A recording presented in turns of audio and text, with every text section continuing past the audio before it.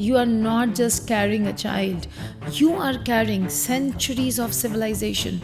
It is about the emotional and spiritual environment of the mother. The soul chooses its next life before being born. Can you believe that? The Rig Veda said, Garbha Strotani Janayati Prajaha. Pregnancy was always seen as a contract, a spiritual agreement between the soul and the universe.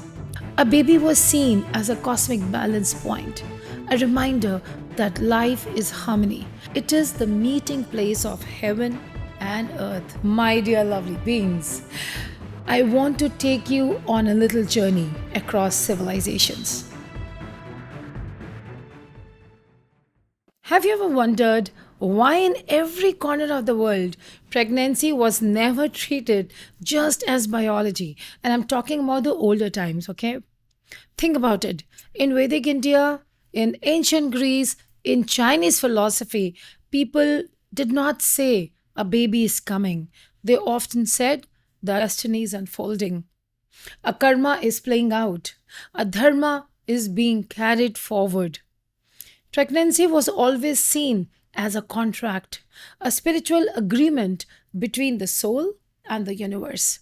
And today, my dear lovely beings, I want to take you on a little journey across civilizations to show you no matter where you go in history, every culture believed carrying a child was not just about the body, it was about karma, it was about destiny, and definitely it was always about the divine order.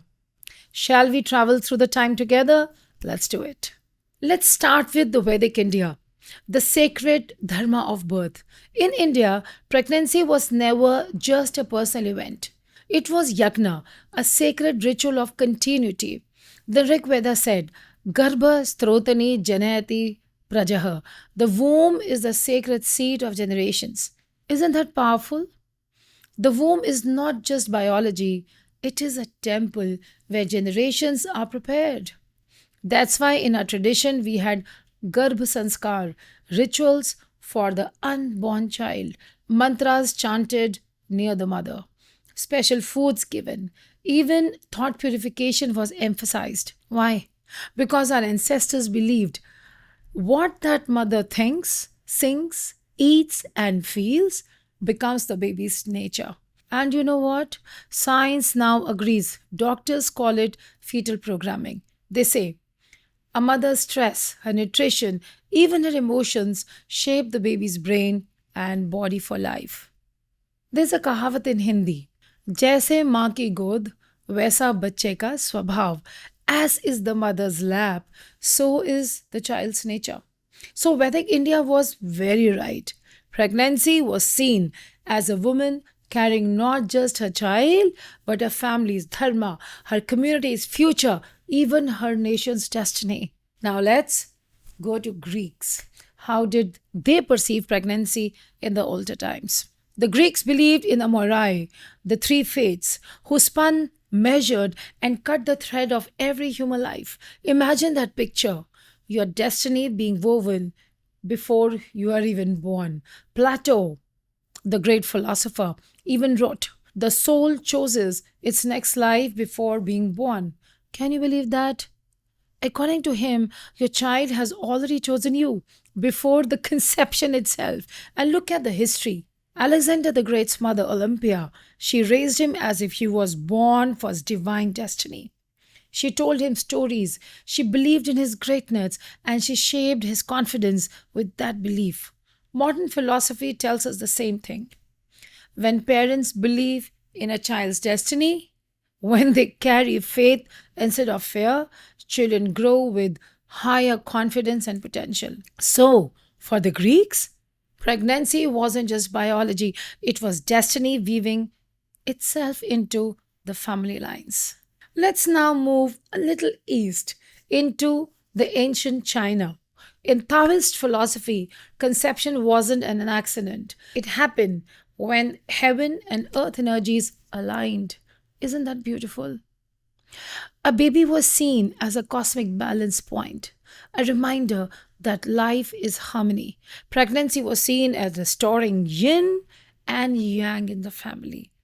A child was not just joy, it was a healer, rebalancing the energies of home and lineage. There's a Chinese proverb I love: one generation plants the trees, another gets the shade. What does that mean? That a child carries not just your DNA, but also your family's karmic investments, your sacrifices, your prayers, your struggles. They give shades to the next generation. That's why the Chinese tradition used herbs, gentle music, feng shui in the houses, everything to create harmony around the womb. Because they believed if the womb is in balance, the baby will be born in balance. Now think about it. India, Greece, China, also different in culture, yet they all saw one truth. Pregnancy is karma in motion. It is not just about giving birth. It is about carrying the unfinished dreams of ancestors, the destiny of a soul, the plan of the universe. Today, the modern science calls this epigenetics, ancestors' experiences coded into our DNA.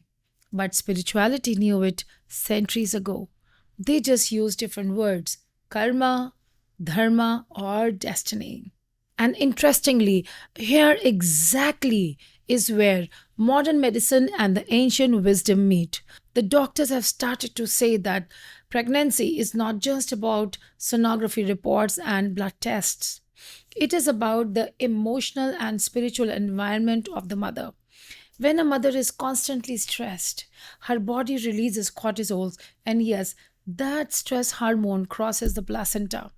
But when a mother practices gratitude, prayer, listens to music, feels loved, her body releases oxytocin, the happy hormone, and that too reaches the baby. So maybe our ancestors were right, isn't it? Pregnancy should be treated as sacred, not stressful.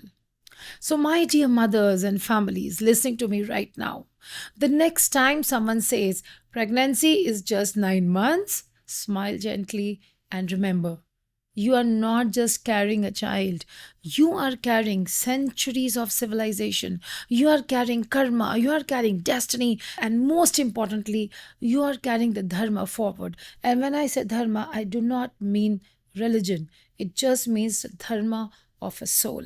Your womb is not just biology, it is the meeting place of heaven and earth. Be grateful, be proud, because in your hands, in your heart, lies the future of humanity. Isn't that beautiful?